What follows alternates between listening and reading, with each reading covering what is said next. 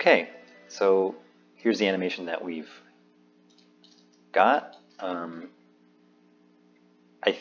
I think it's pretty close. I think we're ready to move on to one of my favorite parts of all this is the actual like lighting and rendering side. I think I'm gonna forego any kind of complicated shading, mostly because there's just so much going on in here.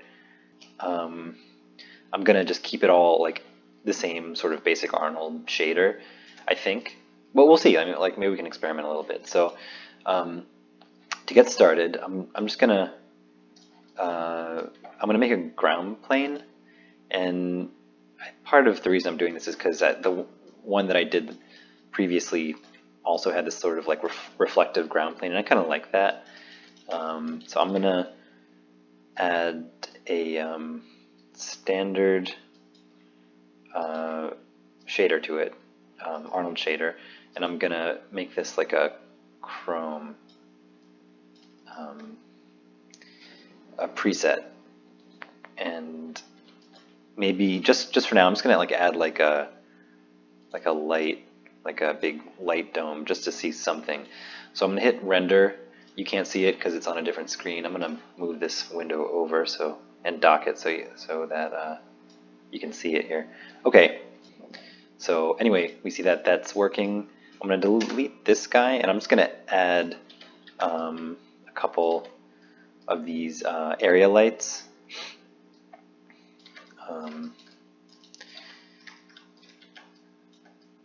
Let's see. One of the things I've used both RenderMan and Arnold, and you know I think they're both pretty comparable. Obviously, we use RenderMan in production at Pixar, and it's great. But just in terms of like working with it in Maya, just for like a really short little project, like something like very limited in scope, Arnold's is nice because it's integrated now into Maya, and I can actually see like the lighting information kind of in viewport.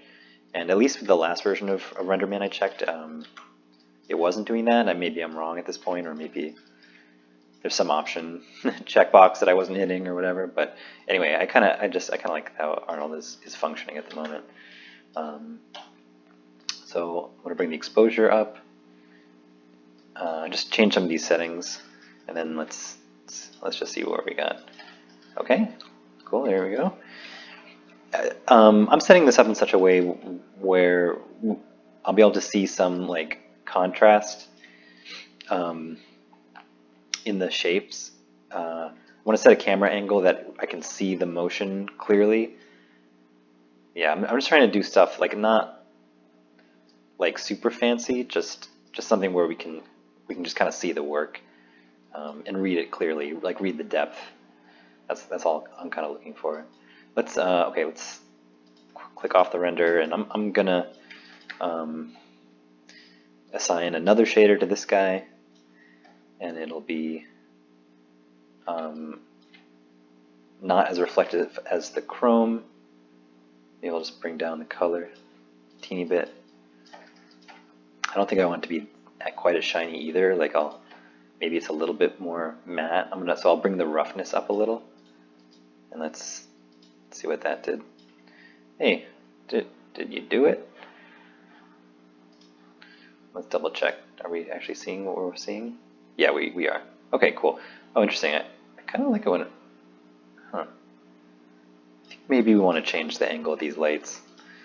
So let's turn that off, and then I liked it when it was darker. Maybe I'll have the light hit it at like a angle where we're seeing some like darker shadows.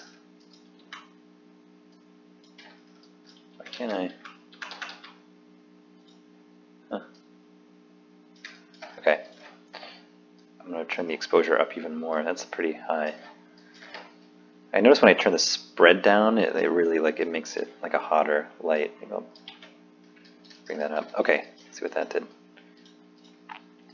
Yeah, like something simple.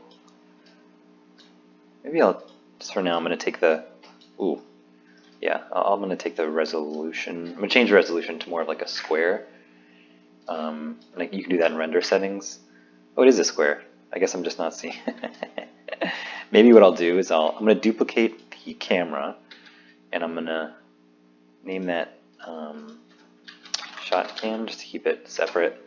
And then I'm going to change the focal length. I think I want this to be like more like flat. I'm just going to reduce some of the visual noise of the other elements. Like I said, the shading and the camera too. I'm just going to have it like be more flat, just so, I don't know, I feel like in order to make the forms more clear, I'm just going to simplify a lot of the other elements, just because there is so much complexity. Okay, let's see what that did here. Yeah,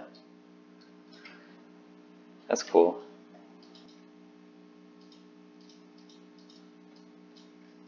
Okay, there we go. Let's take a look at that. Yeah. I think I might take the reflection down on the ground a teeny bit. Maybe the roughness kind of comes up a little bit. Like when I increase the roughness, you'll see it's like gets like the reflection really just kind of diffuses. The metalness also is gonna take that down and makes it a little bit less reflective, but that makes the overall color lighter. But if I take the color down, it's gonna eliminate that. But I sort of like seeing a teeny bit of light hitting the ground. Maybe I'll just get it pretty minimal. Okay.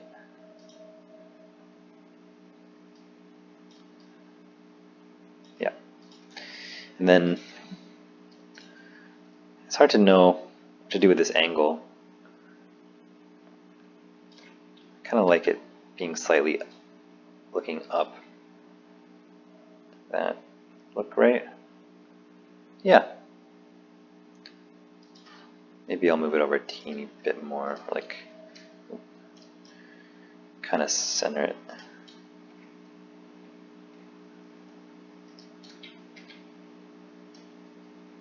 Yeah, the reason I'm doing 3/4 is so you can kind of see into the depth of the model.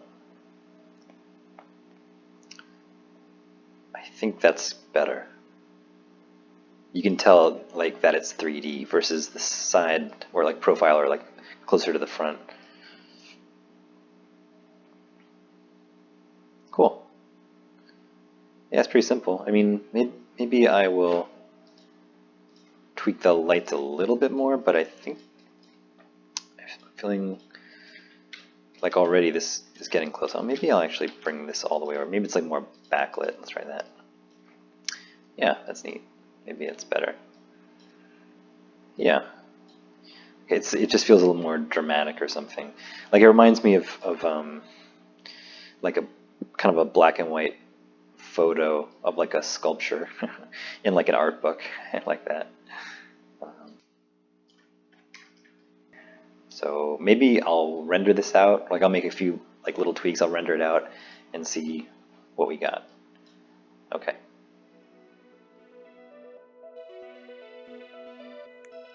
Okay, this is the final animation of Horse in Motion. So I rendered it out, and then I did a couple little tweaks, including adding an echo effect to the legs, and I did a little bit of post-processing, but I think I'm going to leave it here. If anyone has any questions about anything to do with the process, please feel free to write them in the comments. This was super fun. Thank you so much for watching.